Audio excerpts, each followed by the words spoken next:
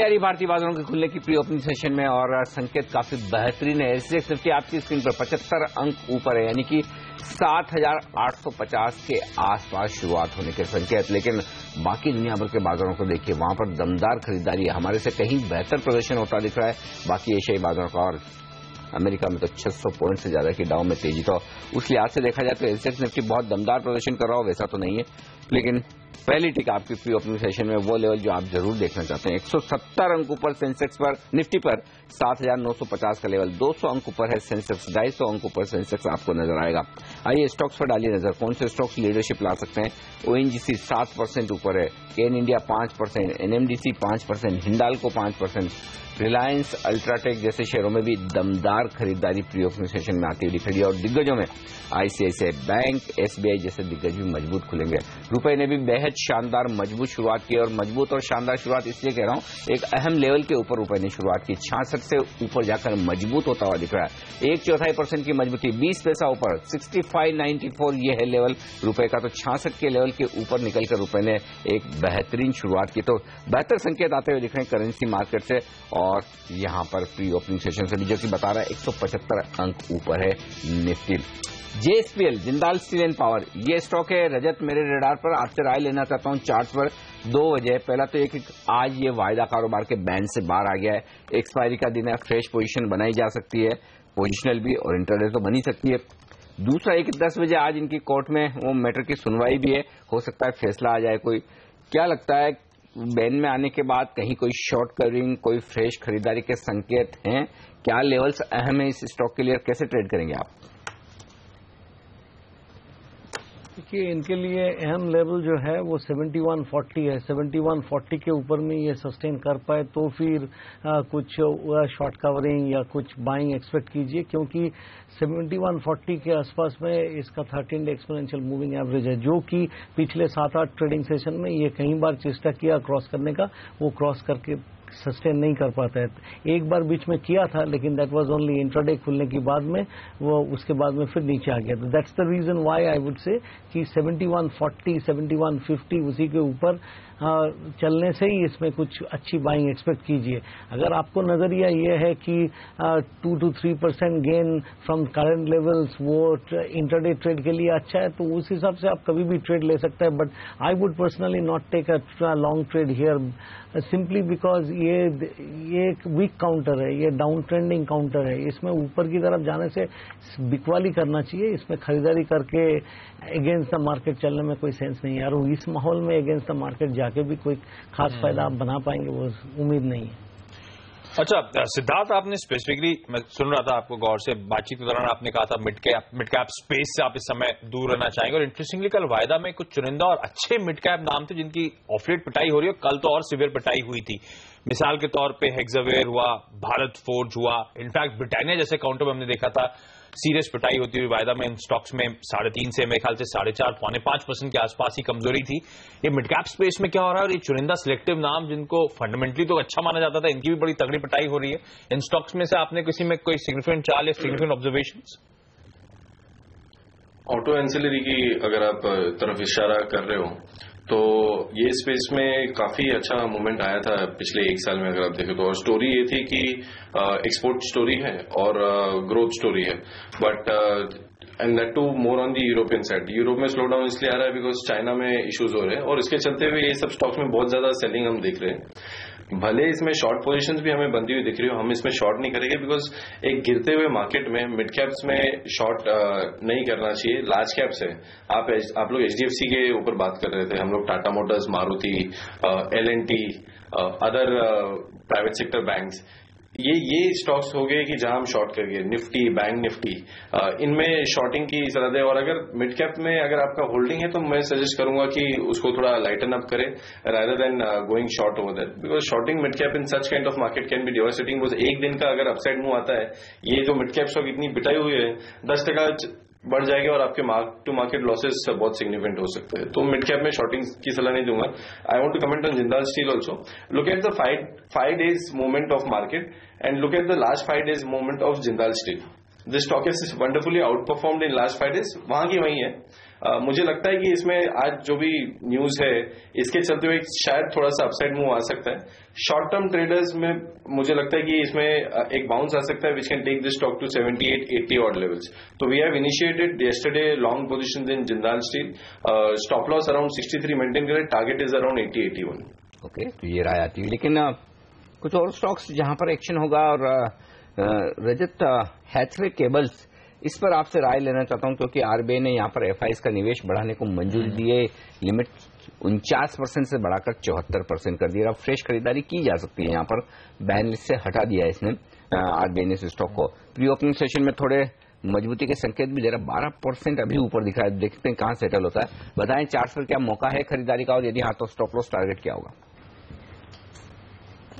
अगर ये 12% ऊपर चल रहा है तो इसको 45 के ऊपर चलना चाहिए। अगर 45 के ऊपर ये चल रहा है तब देखिए ये अपना 13 डे मूविंग एवरेज के ऊपर फिर आज के दिन खुलेगा, उसी के ऊपर में सस्टेन कर पाए तो ये बाई आप कर सकते हैं। बट पॉइंट इज दिस, आज का ये खबर के पहले इस काउंटर में एक्चुअली डिस्ट्रीब्यूशन के बाद में डाउन स्विंग हो रहा था। तो ये जो है ये सिर्फ एक पुल बैक रैली है।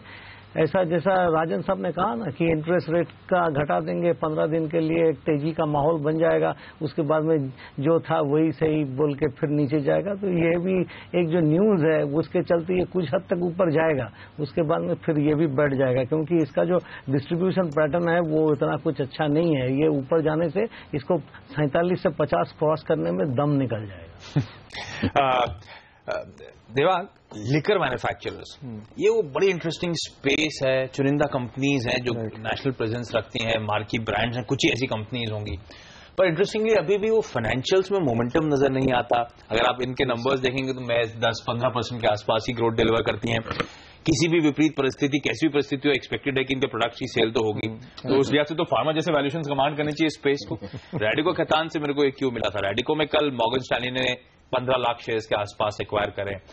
कैसे आप इस स्पेस को अप्रोच कर रहे हैं, और इसमें कोई सिलेक्टिवली कोई पे क्या खरीदारी करने की सलाह, और क्यों ये नंबर्स नहीं दिखते फाइनेंशियल्स में, परफॉर्मेंस नहीं दिखता? नहीं, ये स्पेस को मैं अप्रोच ही नहीं करता हूँ क्योंकि प्रोडक्ट कंज्यूम नहीं करते।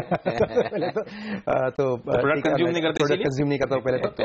दूसरा हमारा कवरेज नहीं है, तो वहां से भी हम एस्केप हो रहे हैं। But on a serious note, मुझे लग रहा है कि जैसे आपने ठीक कहा कि इन सब के वैल्यूएशंस ऑलरेडी हाई है। फार्मा के जैसे वैल्यूएशंस तो नहीं मिलेंगे नेचुरली, क्योंकि फार्मा इज इंडिया का कॉम्पिटिटिव एडवांटेज, जहां इंडिया जेनरिक बिजनेस का है या एक्सपोर्ट्स का है, वहां पे माहिर है। ये बिजनेस आपने जैसे कहा थोड़ा कॉम्पिटिटिवनेस वहां पे भी बढ़ रहा है, क्योंकि कुछ कंपनीज है जो एक दूसरे के साथ कम्पीट करती है, और ग्लोबल ब्रांड्स का जितना मुझे पता है इंडिया में कंजम्पशन ज्यादा है। बट समहाउ हमको यहाँ कंफर्ट नहीं मिलता है। ये लॉन्ग टर्म स्टोरीज अगेन ये हो सकती है, बट 6 महीने 1 साल के अंदर ये कोई ग्रेट रिटर्न्स जैसा अभी नहीं दिख रहा है। और एक्सपायरी अच्छी हो बुरी हो, आज इनके प्रोडक्ट्स अच्छे चल रहे हैं फिर भी बिल्कुल, तो उम्मीद की जाए कि कुछ तेजी यहां पर दिखे, लेकिन इंटरेस्टिंग डेवलपमेंट हुआ है जो खरीदारी का एक आंकड़ा दिखा है। लेकिन ट्रेडिंग के लिहाज से और काम मौके बन रहे हैं आपके लिए, बताने के लिए तैयार है हमारे साथ पूजा बताइए, लॉन्ग या शॉर्ट? जी, कल की कमजोरी के बाद आज ज्यादातर लॉन्ग पोजीशंस ही देखने को मिल रही है। पहले कॉल से शुरुआत करते हैं। पुनीत केंद्रा ने आईटी काउंटर इन्फोसिस में खरीदारी करने की राय दी है। इनका मानना है कि करंट लेवल से एक अच्छी रैली देखने को मिल सकती है और अगले 1 से 2 दिनों में 5% से ज्यादा का रिटर्न ये स्टॉक आपको दे सकता है। दूसरे कॉल में भी खरीदारी की राय निकल कर आ रही है। मनोज सचदेवा ने डाबर में खरीदारी करने की राय दी है। कल ये स्टॉक ग्रीन में क्लोज हुआ था और आज भी अच्छा प्रदर्शन करने की उम्मीद है। 2 से 3 दिनों में 295 तक के लेवल्स यहाँ पर देखने को मिल सकते हैं।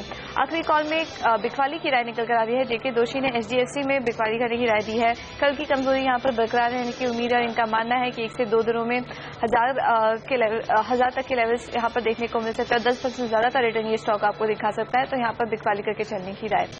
3 में से 2 कॉल्स में खरीदारी की राय।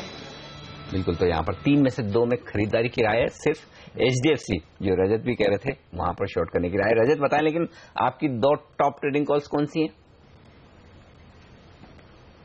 देखिए, मैं मानता हूं कि आज के दिन कुछ शॉर्ट कवरिंग में ग्लेनमार्क और अशोक लेलैंड में उम्मीद करता हूं, तो उसमें कोई डिप मिल जाए तो खरीदारी करना चाहिए। 84 रुपये 80 पैसे के नीचे स्टॉप लगाइए। 89 और 91 का टारगेट मान के अशोक लेलैंड। और ग्लेनमार्क फार्मा जो है उसमें नीचे कोई डिप मिलने से खरीदारी कीजिए। 1169 के नीचे स्टॉप है। 1219, 1234, 1250 क्योंकि हम थोड़ा स्ट्रेच टारगेट इसलिए रखा है, आज क्लियरिंग का दिन है, हो सकता है वॉलेटिलिटी में वहां भी पहुंच जाए। But since I'm expecting bit of a short covering in select counters, so I've given these buy calls. But generally नजरिया अभी तक कुछ अच्छा नहीं है। जब तक ये 7950, 7960 के ऊपर नहीं जाता है, तब निफ्टी में आना जनरली माहौल अच्छा नहीं होगा। And I would be very confident of going long after the Nifty clears 8060. चलिए, ओके, ये तो आज की 5 top trading calls, trading ideas. आज के मार्केट में आपकी लेवल्स अब लगातार स्क्रीन पे आते रहेंगे, तो टारगेट स्टॉप लॉसेस आप चाहें तो नोट डाउन कर लें। लेकिन सिद्धार्थ, एक इंटरेस्टिंग काउंटर है आईटीसी। बड़े डाइवर्सिफाइड ओपिनियंस हैं, तमाम ब्रोकरेजेस की रिपोर्ट्स पढ़े आप। मेरे ख्याल से कल भी इसीलिए मैं हाईलाइट कर रहा हूं क्योंकि आज तो एक रिपोर्ट आई है bank of America Merrill Lynch की, तो उन्होंने पॉजिटिव हो गए हैं बड़े सिग्निफिकेंटली इस काउंटर को लेकर। लेकिन पोजीशंस यहाँ पे किस तरह की बिल्डअप हो रही हैं? स्टॉक की तो बहुत तगड़ी पिटाई या फिर रैंक अंडर परफॉर्मर रहा है अपने पीयर्स के मुकाबले। आईटीसी में किस तरह का बिल्डअप है? कुछ पॉजिटिव साइड में इंडिकेशंस यहाँ पे आ रहे हैं सर? एचयूएल ऑलरेडी अच्छा परफॉर्म कर चुका है, आईटी स्पेस अच्छी परफॉर्म कर चुकी है, और अभी कुछ म्यूचुअल फंड मैनेजर्स जिनको मैंडेटरी रहता है कि 95%, 100% आप इन्वेस्टेड रहें, उनका व्यू भी मार्केट पे नेगेटिव हो गया है। तो कहीं ना कहीं छुपने की जरूरत है। तो आईटीसी इसलिए नहीं गिर रहा है क्योंकि इसमें कुछ लॉन्ग ओनली फंड्स बाइंग कर रहे हैं because they have mandate to be invested in market. मुझे टेक्निकली वी हैव जनरेटेड इसमें buy call, my technical analyst Samit generated. We are expecting ये 335, 340 तक जाएगा, लेकिन उसके ऊपर इसमें हमें बड़ा एक अपसाइड नहीं दिख रहा है।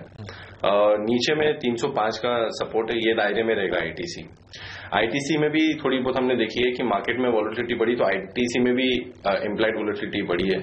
सितंबर सीरीज के लिए अगर किसी को शॉर्ट ट्रायंगल बनाना है जो रेंज में मैंने कहा, तो बन सकता है। I am not bearish, I am not optimistic either on ITC. Range में रहेगा, ऑप्शन में अच्छा पैसा बन सकता है बिकवाली करके। ठीक है, एक हैवीवेट आईटीसी था, दूसरा हैवीवेट है भारतीय एयरटेल।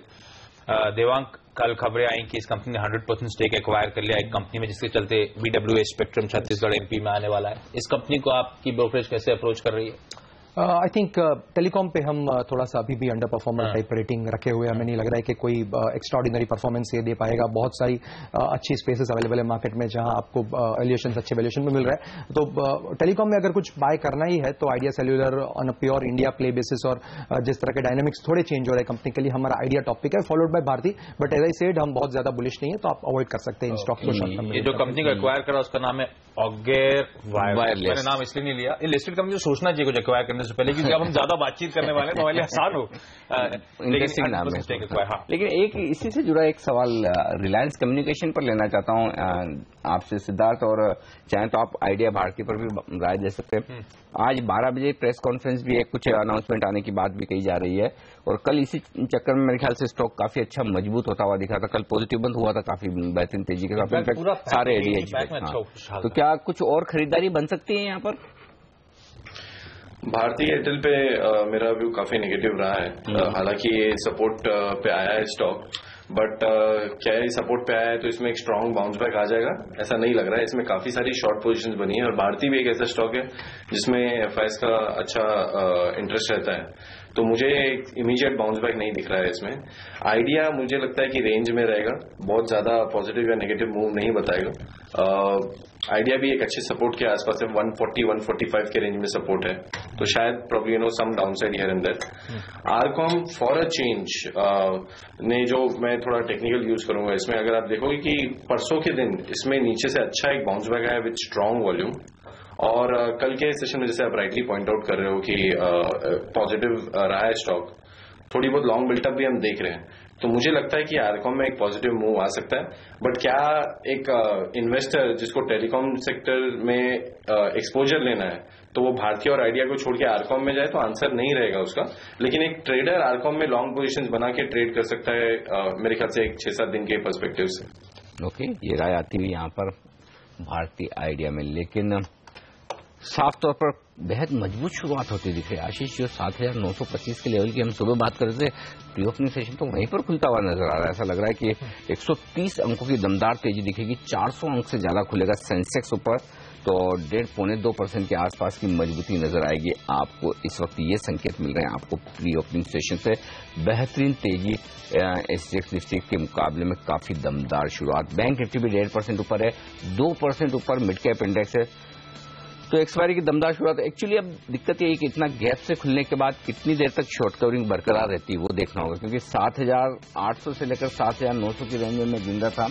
लगभग 25 लाख शेयरों का ओपन इंटरेस्ट ऐड हुआ है कल के सेशन में कॉल्स में। तो ये 25 लाख शेयर अगर 7,900 के ऊपर खुलता है निफ्टी, तो किन लेवल पर कब कितनी देर बाद कवर करेंगे अपनी स्टॉक पोजीशन को, ये देखना इंटरेस्टिंग है। चलिए पहली टिक 425 अंक ऊपर सेंसेक्स पर, निफ्टी 125 अंक ऊपर खुलता हुआ दिख रहा है। 7,900 के पार हुई है शुरुआत निफ्टी की, 7,900 के लेवल पर इस वक्त निफ्टी 26,000 के पार खुलता हुआ सेंसेक्स मजबूत शुरुआत होती दिखी है भारतीय बाजारों की, बेहद दमदार। मिड कैप और स्मॉल कैप शेयरों में भी अच्छी तेजी, और बैंक निफ्टी भी 1.5% से ज्यादा मजबूत खुलता हुआ दिख रहा है।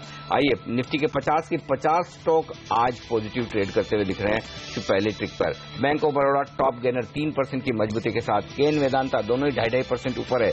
एसबीआई और एचडीएफसी जैसे दिग्गजों में रिकवरी आती हुई दिख रही है। लेकिन सिर्फ यही नहीं, बैंक्स में पीएनबी, यस, एक्सिस, ये सारे बैंक्स पॉजिटिव खुल रहे हैं। तो मेटल से मजबूती है, बैंक से मजबूती है। अंबुजा सीमेंट 2.5% ऊपर अब आता हुआ दिख रहा है। ल्यूपिन में तेजी, भारती में तेजी, चौतरफा खरीदारी का माहौल इस वक्त दिखेगा आपको बाजार में। और सारे अब शायद भेल और बजाज ऑटो, ये 2 स्टॉक ऐसे जहां पर थोड़ी सी कमजोरी, बाकी सारे के सारे शेयर पॉजिटिव खुलते हुए दिख रहे हैं। आइए वायदा कारोबार की तरफ। वायदा कारोबार में आप देखेंगे तो इंडिया सीमेंट 5% की मजबूती के साथ टॉप गेनर, एमटेक ऑटो 4% ऊपर, कावेरी सीड्स यहां पर 4% की मजबूती आती हुई दिख रही है। ये स्टॉक काफी वॉलेटाइल होता हुआ दिख रहा है और बड़े मूव ऊपर नीचे दोनों तरफ आते हैं। कुछ ट्रेडर्स के पसंदीदा काउंटर्स एचडीआईएल, आईआरबी इंफ्रा 4% ऊपर खुले, जेएसडब्ल्यू एनर्जी में तेजी, डीवीज लेव ये स्टॉक 4% ऊपर खुलता हुआ दिखा है। मदरसन सुमी में 4% की मजबूती है, तो काफी दमदार शुरुआत हुई है। टाटा मोटर्स डीवीआर, इस पर नजर रखिए, 3.5% का बड़ा उछाल आता हुआ दिख रहा है। इंटरेस्टिंग बात है कि वायदा कारोबार में सिर्फ 3 स्टॉक आशीष इसमें जो नेगेटिव ट्रेड कर रहे हैं, बाकी सारे पॉजिटिव है। भेल टॉप लूजर है सिर्फ 0.5% के नुकसान के साथ। इनफैक्ट भेल आपको याद होगा कल की ट्रेडिंग सेशन में निफ्टी का टॉप गेनर था, 4% के आसपास की उछाल थी। तो आज ऊपरी तरफ से एक प्रेशर आता हुआ अनवाइंडिंग देखने को मिल रही है। 2 स्टॉक्स और लाल निशान की कैटेगरी में निफ्टी 50 में आ गए। अनिल ने जब हाईलाइट करता था 50 के 50 स्टॉक्स हरे निशान में थे, हीरो मोटोकॉर्प और बजाज ऑटो। बजाज ऑटो तो मेरे ख्याल से कल 2-2.5% के आसपास का उछाल भी लगा चुका है। ये दोनों काउंटर्स अब लाल निशान में कामकाज करें। तो निफ्टी 50 के 47 कॉन्स्टिट्यूएंट्स हरे निशान में, ये 3 स्टॉक्स हीरो मोटोकॉर्प, भेल और बजाज ऑटो हल्के लाल निशान में समय कामकाज करते हुए। ब्रॉडर मार्केट्स में मोमेंटम लार्ज कैप से ज्यादा स्ट्रांग है। 1.25% के आसपास निफ्टी सेंसेक्स उछाल लगाते हुए 78.95 पे इस समय निफ्टी कामकाज कर रहा है। लेकिन मिड कैप्स 2% के आसपास की उछाल के साथ इस समय कामकाज कर रहे हैं। स्मॉल कैप्स में भी ऑलमोस्ट 2% के आसपास की तेजी है। तो ब्रॉडर मार्केट्स में कुछ हद तक एक आउट परफॉर्मेंस है लार्ज कैप्स के मुकाबले। स्टॉक स्पेसिफिक एक्शन पर मैं फोकस करना चाहूंगा। Hathway cables pre indicative market rates वैसी हाईलाइट कर रहे थे मजबूती, 13% के आसपास के उछाल है। बैन लिस्ट से हटा दिया गया है, एफआईआईज निवेश कर सकते हैं, निवेश सीमा बढ़ा दी गई है, उसका भरपूर फायदा इस काउंटर को मिलता हुआ। आईटीएनएल एक ऐसा काउंटर जिसकी गजब की बिटाई ऑफ लेट हुई। कल वो जो रोड बीओटी प्रोजेक्ट्स में एग्जिट आसान करने की खबर आई है, कैबिनेट ने मंजूरी दी है, शायद उस खबर का फायदा मिलता हुआ। आईआरबी इंफ्रा भी उसी कड़ी में जोड़ लीजिए, 4% के आसपास का उछाल। गैमन इंफ्रा जैसे काउंटर्स 4% के आसपास का उछाल। तो वो रोड इंफ्रा से जुड़ी स्पेसिफिक कंपनीज में आज एक अच्छा उछाल देखने को मिल रहा है। रेडिको खैतान जिसकी हमने चर्चा करी थी, मॉर्गन स्टैनली ने स्टेक 15 लाख शेयर्स के आसपास एक्वायर करे हैं, 4% के उछाल के साथ इस समय वो काउंटर ट्रेड करता हुआ। भारत फोर्ज कल हमने देखा था प्रेशर, कल मेरे ख्याल से वायदा में 5% कमजोर था। भारत फोर्ज आज बाउंस दिखाता हुआ 3.5-4% की तेजी के साथ ट्रेड्स। एचडीएफसी जिसकी हमने चर्चा भी करी थी, लगातार पिटाई के बाद आज अच्छा मूड है, 3.5% के आसपास का उछाल ये काउंटर डिलीवर करता हुआ। रियल एस्टेट में शॉर्ट कवरिंग यानी कि मंदी के सौदे कट रहे थे, तगड़े रैली देखी थी हमने डीएलएफ, इंडियाबुल्स रियल एस्टेट, तो कल भी 2 दिनों से लगातार गजब का मोमेंटम दिखा रहा है। एचडीएल में अच्छी खरीदारी थी, आज वो मोमेंटम कंटिन्यू होता हो। तो डीएलएफ आपकी स्क्रीन पर 3% के आसपास की तेजी के साथ कामकाज। अंबुजा सीमेंट्स कल निफ्टी का टॉप लूजर था, 4.5% की कमजोरी थी। अगर मैं सही हूं, मैं सही रिकॉल कर रहा हूं तो आज 3% के आसपास का उछाल के साथ ये काउंटर ट्रेड कर रहा है। गुजरात पीपावाव, यहां पे क्रेडिट स्विस ने बिकवाली करी, लेकिन कोटक महिंद्रा इंटरनेशनल ने मेरे ख्याल से इस कंपनी के ऑलमोस्ट 40-41 लाख शेयर खरीदे थे। स्टॉक मजबूती के साथ शुरुआत करता हुआ कल सरकारी बैंकिंग स्पेस दबाव में थी, तो वायदा में Canara bank, union bank, bank of Baroda जैसे काउंटर्स आपको याद होगा 3-3.25% कमजोर थे। आज उतना ही स्ट्रांग रिबाउंड है, ऑलमोस्ट 2.5%, 2.25% के आसपास के उछाल के साथ ये काउंटर्स कामकाज करते हुए। भेल अब 2.25% के आसपास की कमजोरी के साथ। बिल्कुल, तो ये सारे काउंटर्स आज बड़ी दमदार शुरुआत दिखा रहे हैं। रजत, चार्ट पर एक चेक ने 7,920-25 के आसपास खुले हैं, 7,900 के आसपास है इस वक्त। क्या ट्रेड लेंगे इंट्राडे में, क्या कॉन्ट्रा ट्रेड लेकर शॉर्ट करना चाहिए निफ्टी को इस वक्त? जी थोड़ी देर और इंतजार करना चाहिए, क्योंकि अगर पहले आधा घंटा में 7,940 के ऊपर सस्टेन कर जाए तो डेफिनेटली लॉन्ग करना चाहिए। और ये जो लेवल आया ना, तो 7,895 इसके नीचे स्टॉप लगा के आप लॉन्ग पोजीशन तब ले सकते हैं। बट अगर कोई कारण से 78-80 टूट जाए तो आप उम्मीद कीजिए कि 78-40, 78-20 वो रेंज भी टेस्ट होने की पॉसिबिलिटीज बन जाएगा, तो उस टाइम में शॉर्ट करने का सोच सकता है। फिलहाल थोड़ा और वेट करके देख लेना चाहिए, क्योंकि इतना जो गैप अप ओपनिंग हुआ है ये पिछले कुछ दिनों में सस्टेन नहीं हुआ है, तो आज भी सस्टेन कर पाएगा ऐसा उम्मीद नहीं है। इसीलिए नीचे की लेवल पे लॉन्ग करने से शायद आपका रिस्क थोड़ा कम होगा। और वायदा में वैसे अब वो स्टॉक सबसे ज्यादा आउट परफॉर्म कर रहे हैं जो ऑफ लेट बड़े कंसर्न के कारण थे। कावेरी सील 3.5% उछाल, इंडिया सीमेंट्स ऑलमोस्ट 4% के आसपास की तेजी के साथ कामकाज करता हुआ, केन इंडिया 3.5% का उछाल है, HDIL बेहद वोलेटाइल आज लेकिन 3.5% के आसपास के उछाल के साथ। PTC लगातार कमजोरी के बाद कल लोअर लेवल से एक रिकवरी आने के संकेत आए थे, आज भी 2-2.5% के आसपास की मजबूती के साथ ये काउंटर ट्रेड कर रहा है। तो वो ऑफलेट जो बड़े वॉलेटाइल काउंटर्स थे उनमें आज एक अच्छा पॉजिटिव साइड में मोमेंटम है, तो शायद थोड़ा सा कॉशियस होने का भी समय कहना चाहिए। BHEL लेकिन अब 2-2.5% के आसपास की कमजोरी दिखा रहा है। सिद्धार्थ, कैसे अप्रोच करूं इस काउंटर BHEL को? बेहद वॉलेटाइल ऑफलेट होता हुआ, एक दिन स्ट्रांग एक्यूमुलेशन होता है, दूसरे दिन उतनी स्ट्रांग डंपिंग होती है इस काउंटर में। इन लेवल्स के आसपास का इंडिकेशंस आ रहे हैं सर? पहला सपोर्ट ये सपोर्ट के पास ही है 222 रुपए, और उसके बाद मेरे ख्याल से स्टॉक 197-200 तक भी जा सकता है। बिकॉज ओवरऑल अगर किसी का मार्केट पे व्यू नेगेटिव रहेगा, मेरा सितंबर सीरीज पे काफी नेगेटिव व्यू है, तो मुझे लगता है ये भी अपना 222 का सपोर्ट तोड़ के और नीचे जा सकता है। तो मैं नेगेटिव बाय से ही ट्रेड करूंगा, और अगर किसी को फ्रेश शॉर्ट पोजीशंस बनानी है तो मुझे लगता है स्टॉक का, अगर आई एम नॉट एक्सपेक्टिंग वो बाउंस बैक आएगा, लेकिन अगर बाउंस बैक आता है 245 से लेकर 255 की रेंज में, तो एक अच्छा शॉर्टिंग कैंडिडेट हो सकता है, जहां पे हम देख रहे हैं कि मोइंग एवरेजेस। सिद्धार्थ, आपने बाबा हाईलाइट करा है सितंबर सीरीज को लेकर आप बेहद बियरिश हो रहे हैं, किस तरह के रोल ओवर्स देखने को मिल रहे हैं, क्या इंडिकेशंस मिल रहे हैं सितंबर सीरीज में, किन लेवल्स पे आप नजर बना के रखें? हाँ सर, मैं बार बार इसलिए हाईलाइट कर रहा था कि आप पूछे मुझे कि मैं समझ गया था, मैं मौका ढूंढ रहा था, मैं भी यही पूछने वाला था, नेक्स्ट क्वेश्चन मेरा यही था। FIs की जो बिकवाली हो रही है अनिल जी, खास करके कैश मार्केट सेगमेंट में जो इतनी स्ट्रांग वे से हो रही है, ये 5-10% मार्केट डाउनसाइड मूव के लिए नहीं हो रही है। मुझे लगता है कि they are moving out of equity. Reason being, जैसे I am agreeing completely with all the fundamental guys कि India is the best place to invest. Crude oil बहुत नीचे के स्तर पर है, हमारी अर्निंग्स भी बढ़ने वाली है आगे जाके, एवरीथिंग इज फाइन, अग्रीड। 2008 में भी कुछ खराब नहीं था मार्केट, लेकिन जब लिक्विडिटी बाहर निकलती है तो अच्छे मार्केट्स भी टूटते हैं, हमारा मार्केट भी टूटेगा। And at the same time once market start going up, then our market would be very well placed. तो जब I don't agree with the facts that because our fundamentals are right so we may not correct. अब I am expecting कि जिस तरह से selling हो रही है, रोल ओवर्स भी तगड़े हुए हैं, FIs ने स्ट्रांग रोल ओवर्स किए अपनी शॉर्ट पोजीशंस के। आई एम एक्सपेक्टिंग कि probably in September series we are heading towards 70 to 100 odd levels. Generally मैं बहुत बड़े बड़े टारगेट्स नहीं देता हूं, बट जिस तरह से सेलिंग हो रही है, और माइंड यू 7-8 मंथ्स के कंसोलिडेशन के बाद, अगर आप क्वार्टरली चार्ट देखें या मंथली चार्ट देखें, तो 7-8 मंथ्स के कंसोलिडेशन के बाद ये मार्केट ने नीचे के साइड एक ब्रेकडाउन दिया है। That breakdown cannot happen just for 300-400 points. तो मुझे लगता है 500-700 पॉइंट की मंदी अभी निफ्टी में बाकी है। नॉट नेसेसरी कि विद इन सितंबर सीरीज में ही आ जाए, but we have just started. Okay, ये राय आती हुई इस वक्त इन सारे स्टॉक्स में, लेकिन कुछ स्टॉक्स वॉल्यूम के लिहाज से बड़े एक्शन में दिख रहे हैं। एक स्टॉक है स्ट्राइड्स आर्को लैब, वायदा कारोबार का भी शेयर है और यहाँ पर काफी भारी भरकम वॉल्यूम होते हुए दिख रहे हैं। मेरी स्क्रीन पर लगभग 4 ब्लॉक डील्स हुए हैं, ये 4 बड़े सौदे हुए स्ट्राइड्स आर्को लैब में, और आप देख सकते हैं 1151, 1150 से लेकर 1161 ये अलग अलग प्राइसेस में स्ट्राइड्स आर्को लैब में बड़े सौदे होते हुए दिख रहे हैं और वॉल्यूम्स भी भारी भरकम होते हुए दिख रहे हैं। बड़ी प्राइस का स्टॉक है, आप देख सकते हैं 2.25 लाख शेयरों के आसपास का कारोबार आपको नजर आएगा स्ट्राइड्स आर्को लैब में। यहाँ पर इस वक्त बीएससी पर बड़े सौदे हुए हैं, 4 बड़े ट्रेड यहाँ पर आपको नजर आएंगे। जो ट्रेड हुआ है 1161 में, स्टॉक उससे नीचे ट्रेड करता हुआ दिख रहा है, तो प्रीमियम पर ये बड़ा ट्रेड होता हुआ दिखा है। एक और स्टॉक जो पहले काफी एक्शन में रहा करता था किसी जमाने में, बड़े दिनों बाद आशीष का नाम सुनने में आया, पोंडी ऑक्साइड। इस स्टॉक में मैं इसलिए जिक्र कर रहा हूं कि 2 बड़े ट्रेड हुए हैं और इक्विटी जो बदली है परसेंटेज के हिसाब से देखा जाए तो काफी बड़ी है, लगभग 11-11.5% इक्विटी बदल रही है इस कंपनी की।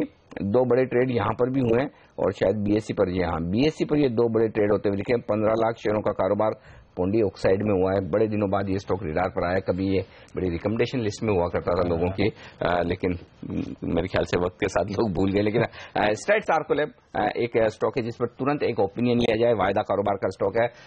सिद्धार्थ, क्या राय रखते हैं आप इस पर? सॉरी जी, मैं ट्रैक नहीं करता हूँ स्टॉक। ओके, टेक्निकली रजत? ये ट्रैक नहीं करता हूँ, इसके बारे में कुछ देना बेहतर नहीं है। चलिए, कोई बात नहीं।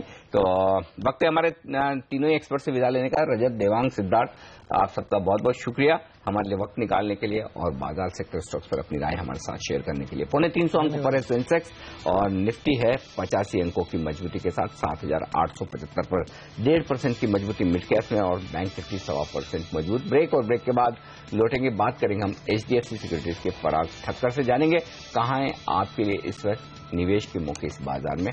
बने रहेंगे हमारे साथ।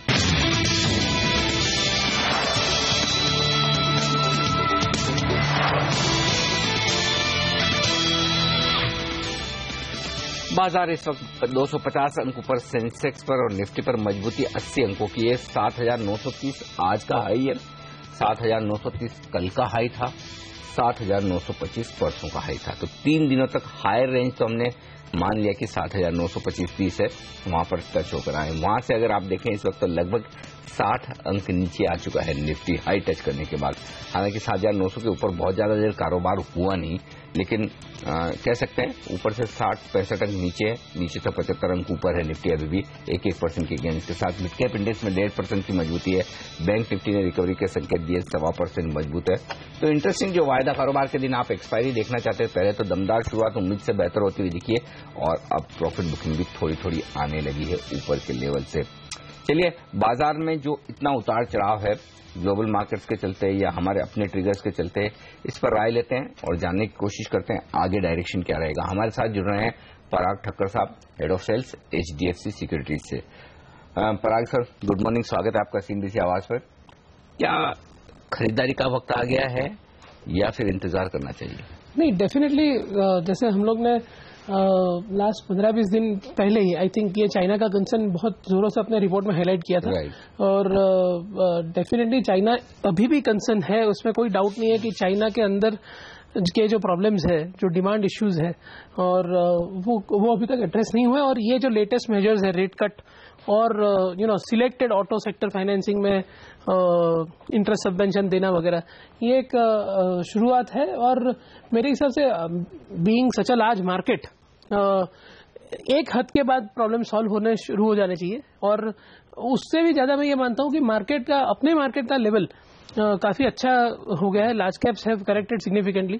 तो यहां से आप ऐसा समझिए कि 200 पॉइंट निफ्टी मैक्सिमम डाउनवर्ड पकड़ के इन्वेस्टर्स को अपनी खरीदारी शुरू कर देनी चाहिए। निबलिंग का मौका आ चुका है, आप बॉटम तो पकड़ नहीं सकते। हाँ। तो हल्की हल्की खरीदारी करके चले। एग्जैक्टली। अब जो आपने कहा चाइना में जो तमाम स्टेप्स लिए जा रहे हैं, कुछ और स्टेप्स लिए जाएंगे और शायद वो मार्केट बड़ा मार्केट और हालात इंप्रूव होंगे, वो कॉन्फिडेंस कहां से आ रहा है? क्योंकि मैं इसीलिए बात कह रहा हूं, तमाम स्टेप्स वहां पे लिए गए, पेंशन फंड को डाइवर्ट कर दो, लिक्विडिटी इंजेक्ट कर दो, दरों में कटौती कर दो, उसके बावजूद इकोनॉमी, उसके बावजूद मार्केट ने पॉजिटिव साइड में रिस्पॉन्ड नहीं करा। तो एक वो हम हमेशा बिलीव रखते थे कि चाइना की सरकार, वहां की सरकार जो चाहे कर सकती है, उसके लिए एक प्रीमियम कमांड होता था। अब वो फिजल आउट नहीं हो रहा, एब्सोल्युटली फिजल आउट हो गया है और वही अपने को दिख रहा है। और plus it is a very opaque economy. China के डेटा के ऊपर कितना भरोसा हर आदमी करता है, उसके ऊपर भी डिपेंड करता है। इसीलिए जब वहां पे प्रॉब्लम है तो प्रॉब्लम भी एग्जैगरेट हो जाते हैं, क्योंकि आपको पता नहीं है कितनी हद तक प्रॉब्लम जा सकती है। क्या गलत है? जब डबल डिजिट ग्रोथ थी उस पर भरोसा करके एफआईआई ने पैसा लगाया, तो अब इस पर भी भरोसा करो। सो पॉइंट इज के पॉइंट, और सी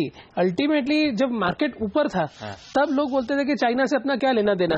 तब हमारा ये व्यू था कि एक बार कोलेटरल डैमेज हो जाने दो। कोलेटरल डैमेज हो जाने के बाद ये सोचेंगे कि हाँ, अपने आईटी सेक्टर को क्या फर्क पड़ता है, अपना आईटी सेक्टर थोड़ी चाइना से कॉम्पीट करता है या वैसे।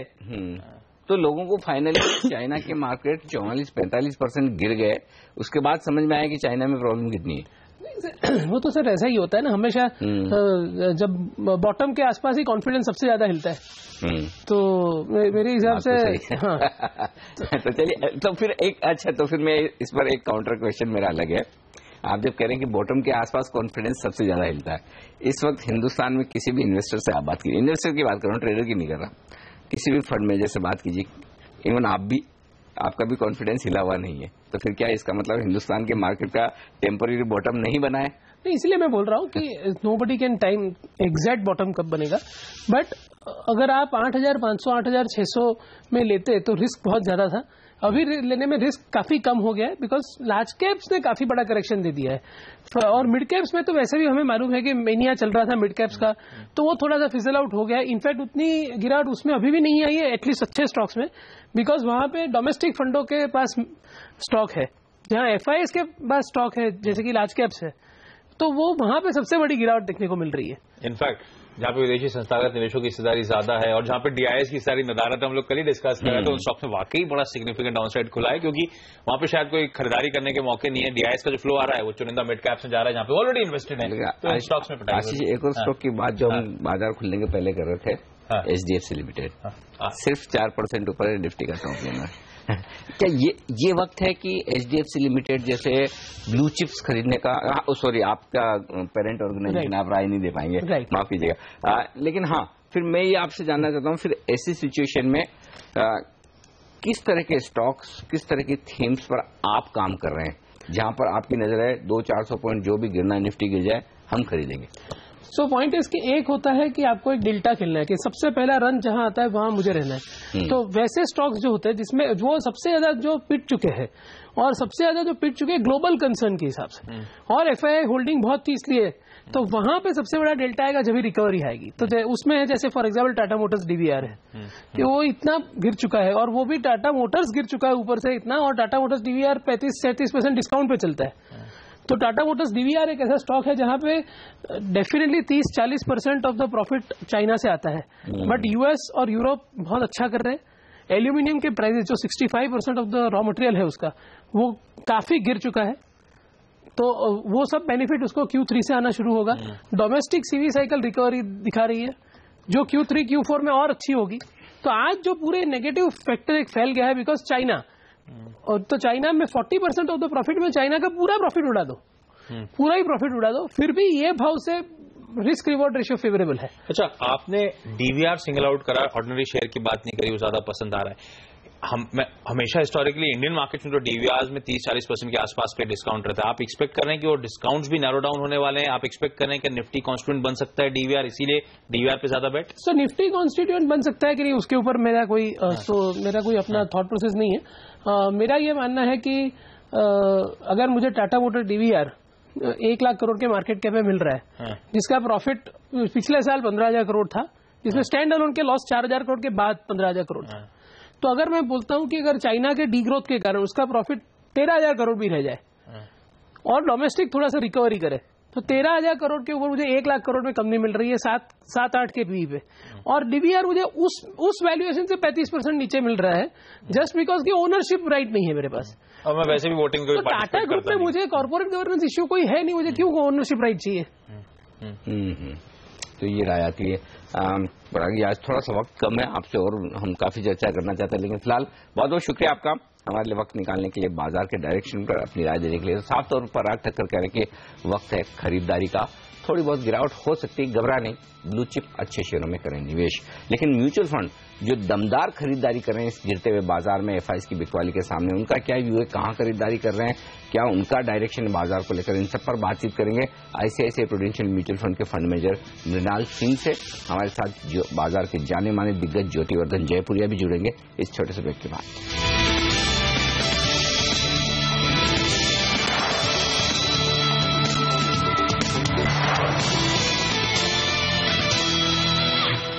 बाजार है 280 अंक ऊपर, सेंसेक्स पर, निफ्टी पर मजबूती 85 अंकों की, 1% की मजबूती को बरकरार रखने में कामयाब। मिड कैप इंडेक्स 1.5 से 2% ऊपर है और स्मॉल कैप इंडेक्स लगभग 2% ऊपर। बैंक निफ्टी के साथ प्रदर्शन करता हुआ 1% से कुछ ज्यादा की मजबूती पर। 1100 शेयर पॉजिटिव हैं और 160-70 शेयर कमजोर। उससे अंदाजा लगेगा कि कितनी दमदार खरीदारी ब्रॉडर मार्केट में कम से कम सुबह तो देखने को मिल रही है जो शुरुआत हुई है। और इंटरेस्टिंग रुझान बाजार में ये दिख रहा है कि एफआईएस की बिकवाली है कैश मार्केट में, लेकिन डोमेस्टिक फंड्स हैं वो भी पूरा दम लगा रहे हैं, खरीदारी कर रहे हैं जमकर और मुकाबला कर रहे हैं एफआईएस का। क्या वजह है डोमेस्टिक फंड इतनी खरीदारी कर रहे हैं, कैसे फ्लोज हैं, क्या व्यू है उनका बाजार पर, ये जानना बेहद जरूरी है। और प्राइवेट सेक्टर म्यूचुअल फंड में सबसे बड़े फंड में से एक आईसीआईसीआई प्रूडेंशियल म्यूचुअल फंड और इनके senior fund manager Mrinal Singh हमारे साथ कार्यक्रम में शामिल हो रहे हैं इस वक्त। मृणाल, गुड मॉर्निंग, स्वागत है आपका सीएनबीसी आवाज पर। पहला सवाल यही लेना चाहता हूं, जहां एक और एफआईएस की दमदार बिकवाली हो रही, वही डोमेस्टिक फंड्स दम लगाकर खरीदारी भी कर रहे हैं। क्या आपको ये डर नहीं लग रहा है कि एफआईएस इतना एग्रेसिवली अगर बेचेंगे तो बाजार नीचे जाएगा, या फिर जबरदस्त लिक्विडिटी सपोर्ट दिख रहा है? देखिए, एफआईएस का बिकवाली का कारण उनको बेहतर मालूम होगा। वो अपने डोमेस्टिक रीजन्स की वजह से भी बेच सकते हैं, ग्लोबल इमर्जिंग मार्केट कंसर्न्स की वजह से भी बेच सकते हैं। लेकिन जहां तक हमारा डोमेस्टिक इंस्टीट्यूशंस का सवाल है, हम लोगों को देश की अर्थव्यवस्था आगे जाके बहुत बेटर स्थिति में लग रही है, तो ऑब्वियसली हम लोग उनमें इन्वेस्ट करना चाहेंगे। मार्केट थोड़ा गिर भी गया है तो प्राइजेस भी अट्रैक्टिव हो गए हैं, तो इंक्रीजिंगली आप देख रहे हैं कि डोमेस्टिक इंस्टीट्यूशंस बाइंग कर रहे हैं। सो ये एक लाजमी सी बात है, मैं कहूँगा इट इज लॉजिकल। मृणाल साहब, हाय, गुड मॉर्निंग। आशीष, आमतौर पे जब इतना तगड़ा सेल ऑफ देखने को मिलता है तो थोड़ा सा पैनिक स्प्रेड होता है, खासतौर पर रिटेल साइड में। इस बार मैं पढ़ रहा था कि शायद कोई रिडेम्पशन प्रेशर्स उस तरह के नहीं है। क्या वाकई ये सच है, रिडेम्पशन प्रेशर्स नहीं आ रहे हैं, पैनिक नहीं है और अभी भी घरेलू निवेशक जो है अभी भी पैसा इन्फ्यूज कर रहे हैं इंडियन इक्विटी मार्केट्स में? कैसा ऑब्जर्वेशन आपका भी है? हाँ, मैं कहूँगा कुछ हद तक ये सही है। हिस्टोरिकली हमने देखा भी है कि जब एफआईआई सेलर होते हैं इंडियन मार्केट में, विद बेनिफिट ऑफ हाइंडसाइट, वो जनरली एक बहुत अच्छा समय होता है पैसा डिप्लॉय करने का। और हम ये बातें जनरली अपने डिस्ट्रीब्यूटर्स, अपने निवेशकों को बताते रहते हैं कि जब भी आप देखें कि एफआईआईज बहुत बड़े सेलर है मार्केट में और मार्केट नीचे आए तो आपको पैसा डालना चाहिए। तो शायद इस बार ये चीज काम कर रही है, थोड़ा बहुत पैसा आता हुआ दिख रहा है और उसका इफेक्ट आपको नंबर्स में दिख भी रहा है। तो इस टाइम पे आप क्या थ्रेशोल्ड तक फुली इन्वेस्टेड है इंडियन इक्विटी मार्केट्स में? अभी भी कुछ कैश में रखा हुआ है जो आप फर्दर फॉल्स में डिप्लॉय करेंगे? इस टाइम पे रणनीति क्या लेके चल रहे हैं आप लोग? सो इंक्रीमेंटली हम लोग अपना कैश डिप्लॉय कर रहे हैं। कैश अभी भी थोड़ा बाकी है। नॉमिनल कैश जो हम लोग रखते हैं, वी कैन ऑल्सो, हम लोग कैश एक स्टॉक से निकाल के दूसरे स्टॉक में भी डाल सकते हैं। तो फिलहाल अभी बाइंग जारी है। ओके, खरीदारी कर रहे हैं, यहाँ पर ये राय आती हुई दिख रही है। लेकिन बाजार के डायरेक्शन को लेकर आप कैसे देख रहे हैं? क्योंकि एक और ग्लोबल चिंताएं हैं जिसकी वजह से बाजार टूट रहा है, वहीं डोमेस्टिक फैक्टर सपोर्ट करते हुए दिख रहे हैं। तो क्या लग रहा है सर आपको बाजार का डायरेक्शन? मैं डोमेस्टिक मार्केट के लिए कहूँगा कि खासतौर से हमारी अर्थव्यवस्था का प्रोस्पेक्ट बहुत अच्छे हैं। चीज़ें इम्प्रूव हो रही हैं। जब भी मार्केट नीचे आता है, इंक्रीमेंटली हम लोगों को अपना इक्विटी एसेट एलोकेशन इंक्रीज करने की सलाह देते हैं। हिस्टोरिकली ये एक अच्छा तरीका भी रहा है इक्विटी मार्केट्स में निवेश करने का और रिटर्न लेने का। अगर आप देखें, मैक्रो सिचुएशन इम्प्रूव हो रही है, कमोडिटीज़ का नीचे आना हमारी अर्थव्यवस्था के लिए बहुत अच्छी बात है। ग्लोबली कंसर्न्स हैं लेकिन उनका इफेक्ट हम पे लिमिटेड है। सो ओवरऑल ग्लोबल सिनारियो में इंडियन इकोनॉमी एक बहुत अच्छे तौर पे खड़ी है। जैसा कि आरबीआई ने कहा, हम लोग मच बेटर प्लेस हैं compare to the past to इन परिस्थितियों का फायदा उठा के, लाभ उठा के आगे बढ़ने के लिए। इंटरेस्टिंग है, तमाम एफआई से बात करिए, तमाम डीआईआई से बात करिए, सब मानते हैं इंडिया स्वीट स्पॉट में है, पर फिर ग्लोबल मेल्टडाउन का जो इम्पैक्ट पड़ना है वो तो पड़ ही रहा है, इंडियन मार्केट में दिख रहा है।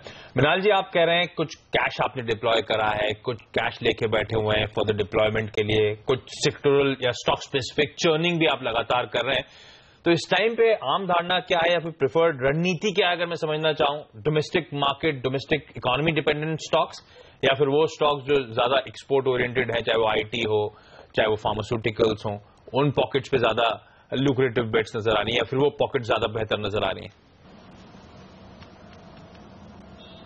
फोकस डोमेस्टिकली ओरिएंटेड बिजनेसेस पे ही ज्यादा है। X of let's say commodity में प्राइसेस अट्रैक्टिव हैं, उसमें हम लोग थोड़ा स्लो जाएंगे।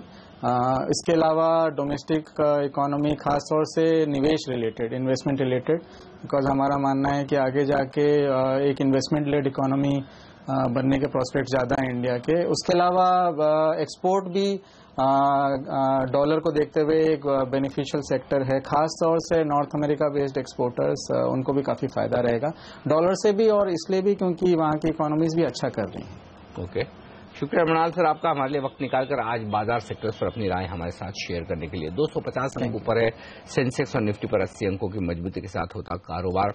अब हमारे साथ बाजार के एक और जाने माने एक्सपर्ट ज्योतिवर्धन जयपुरिया साहब कार्यक्रम में शामिल होने। ज्योति सर, स्वागत है आपका सीएनबीसी आवाज पर।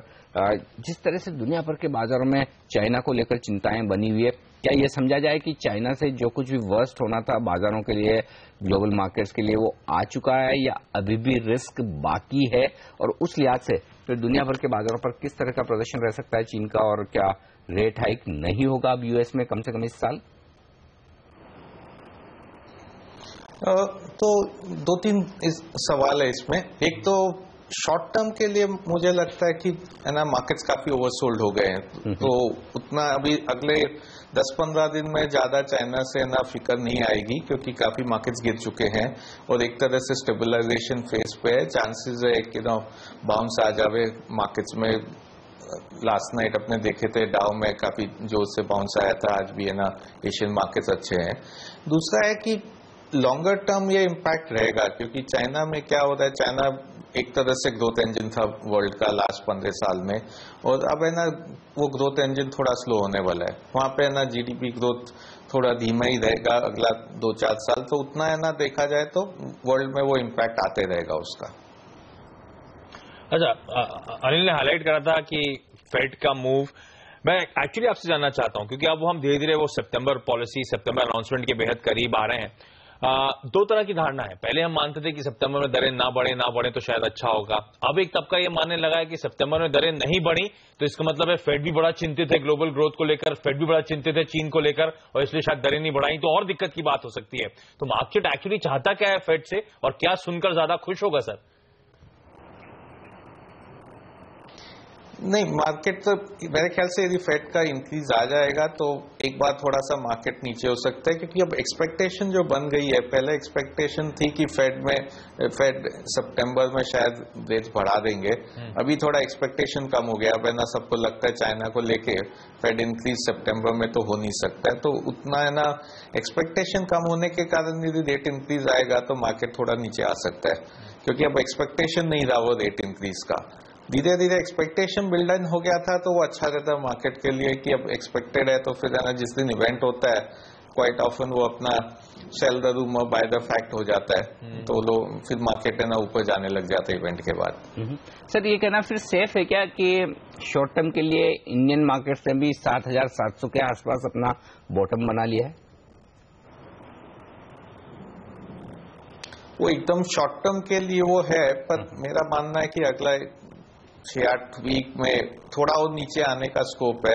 इन्वेस्टर को देखना चाहिए कि हर एक डाउनटर्न में थोड़ा थोड़ा शेयर खरीदे, क्योंकि अपने देखें यदि हिस्ट्री में जावे और इंडिया में नहीं वर्ल्ड हिस्ट्री में देखे तो ऐसे ऐसे इवेंट्स आते हैं, उसके बाद 6 महीना बाद यदि अपने देखे तो मार्केट टिपिकली ऊपर रहता है, तो जो लोग डाउनटर्न में खरीद लिए उनको काफी फायदा हो जाता है। तो इन्वेस्टर्स को भी वो सोचना चाहिए कि बॉटम का भी कोई प्रिडिक्ट नहीं कर सकता है, पर है ना नीचे लेवल पे 10% करेक्शन मिल गया है, 7-8% करेक्शन मिल गया इंडेक्स में, मिड कैप करीब 10% नीचे है, तो इस लेवल पे लेने से अगला 6 महीना में फायदा होना चाहिए। ये बात सच है, किसी भी प्रेशर में और खासतौर पे जब भी ग्लोबल मार्केट में कुछ नर्वसनेस आती है और इंडियन मार्केट में उसके तर्ज पे करेक्शन आता है तो अट्रैक्टिव मौके होते हैं खरीदारी करने के।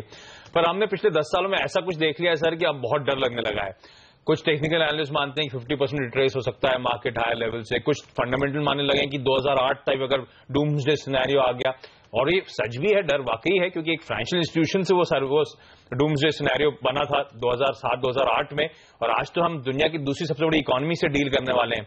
तो वो कॉन्फिडेंस शायद कईयों में नहीं आ रहा है कि इन लेवल्स के आसपास निबलिंग करें या न करें। क्या हम 2008 के आसपास के सिनेरियो से बहुत दूर हैं और हमें बिल्कुल भी चिंता नहीं करनी चाहिए? स्टॉक मार्केट में चिंता हजम करनी चाहिए, तो कभी ऐसे नहीं सोचना चाहिए, चिंता नहीं करना चाहिए। जब सबसे ज्यादा कंप्लेसेंसी हो जाता है मार्केट में तभी सबसे ज्यादा चिंता करना चाहिए। पर मैं 2 चीज आपको बता दूं, एक तो मार्केट 50% रिट्रेस होता है टॉप से जब बहुत भयंकर बुलरन आ जाता है। अभी वो बुलरन वैसा उस तरह का आपने देखे नहीं है, मार्केट ऊपर गया है 40-50% लो से, पर वो 3 टाइम्स और 4 टाइम्स जो हो जाता है टिपिकली 300% ऊपर चला जाता है, वो नहीं गया। दूसरा 2008 और अभी में अंतर एक बड़ा चीज है। 2008 में अपने प्रॉफिट ग्रोथ देखे तो बहुत है ना, लास्ट 5-6 साल में बहुत स्ट्रांग हो गया था, 25% एवरेज प्रॉफिट ग्रोथ हो गया था, तो इसलिए 2008 में डाउनटर्न काफी आया। अभी यदि इंडिया में देखे तो लास्ट 5 साल से प्रॉफिट ग्रोथ बहुत धीमा है, तो प्रॉफिट ग्रोथ 3-4% ही है। तो प्रॉफिट साइकिल में अपने बॉटम पे है, और प्रॉफिट साइकिल बॉटम पे, इसलिए उम्मीद है कि अगले 3 साल में 4 साल में प्रॉफिट साइकिल काफी स्ट्रांग हो सकता है, और इसीलिए ना मार्केट में खरीदने में थोड़ा रिस्क कम हो जाता है। सर, जब आप कह रहे हैं कि इंडियन इकोनॉमी में कोई दिक्कत वाली बात नहीं है, ग्लोबल मार्केट्स की वजह से करेक्शन है, तो फिर क्या खरीदारी के मौके उन शेयरों में ही देखने चाहिए जिनका ज्यादा कारोबार हिंदुस्तान में और हिंदुस्तान के इकोनॉमी से रिलेटेड है? यदि हाँ, तो फिर क्या पसंद है आपको इस बाजार में? हाँ, वो मैं आपसे सहमत हूँ कि जो डोमेस्टिक इकोनॉमी है उसमें खरीदना चाहिए। बस एक और फैक्टर ध्यान में रखना चाहिए कि रूपी का वैल्यू गिरा है लास्ट 10 दिन में, क्योंकि चाइना का वैल्यू गिरा था, अपना भी रूपी 3-3.5% डिप्रिसिएशन हो गया है, तो उसके कारण एक्सपोर्टर्स में भी थोड़ा प्रॉफिट ग्रोथ अच्छा रहेगा अगला 1-2 क्वार्टर, क्योंकि रूपी का बेनिफिट आ जाएगा।